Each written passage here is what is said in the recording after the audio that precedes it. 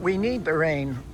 We need the crying. We need this sadness. We need it because we're disassociating ourselves from someone we love. And in the end, we can come up with something that is very beautiful in our life, again, if we do the work. So what does doing the work mean? The work means at times sitting with your grief. The work means sometimes letting joy in. The work means talking it out. Talking it out with a trusted friend, with a counselor, with a grief coach, with someone that you feel comfortable with that can support you through the storm to get you from the rain and the sadness to the joyful place that we're looking for. And eventually, if you do that, you'll see that the sun begins to come out a little bit here and there. I'm showing the sun here by these sunflowers that haven't had water in a few days. But what felt like an old stump, like the life that you lost, it's been cut off. And it is cut off. And you'll notice that it can coexist with what is the beauty that can come back to your life. So I encourage you to take this to heart and find yourself some support.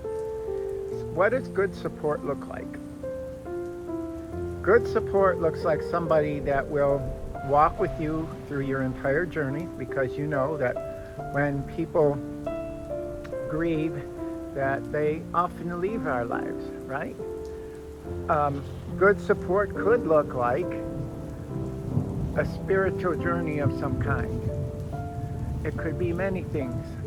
It could be meeting with ministers. It could be going to a monastery. It can be going to pray regularly. It can be just enjoying things in your life, or trying to have experiences that get you out of your grief. Maybe going up in a balloon of some kind, something, an adventure. Now, I didn't feel that much when I was grieving, but I've come to learn that to get to a better place, all these things need to be incorporated into one's journey. So, when you walk with somebody who supports you and you don't feel alone, you can really make progress, because you begin to build trust with that person, a trust you may not even have with close family members. And it's a kind of intimacy that is painful at times. There's tears, there's a lot of sharing.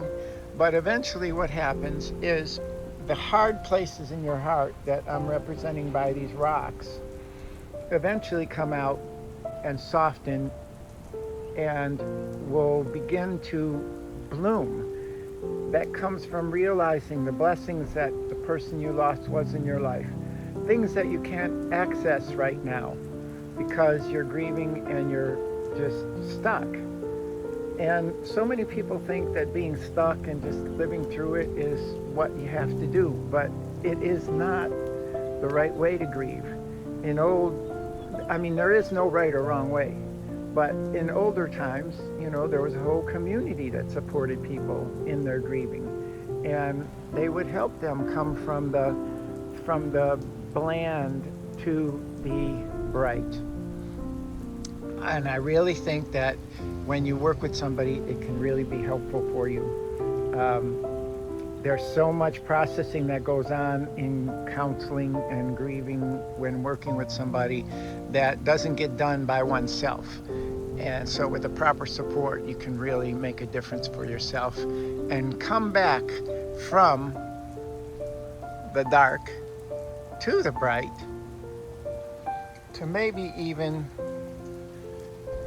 glorious joy that's vibrant and full of life-giving water that can help you reestablish a life of purpose and meaning after the loss of a loved one. It took me years to learn this, and I hope that it's made you think, and that you can come to take this under advisement. And in the meantime, If this means something to you, I hope that you can like and subscribe to this channel. There'll be more videos with deeper learning and education, and it's my way of trying to help the world after I lost my son years ago, my first son. And so in the meantime, I encourage you to first survive, then to strive, and eventually maybe even thrive.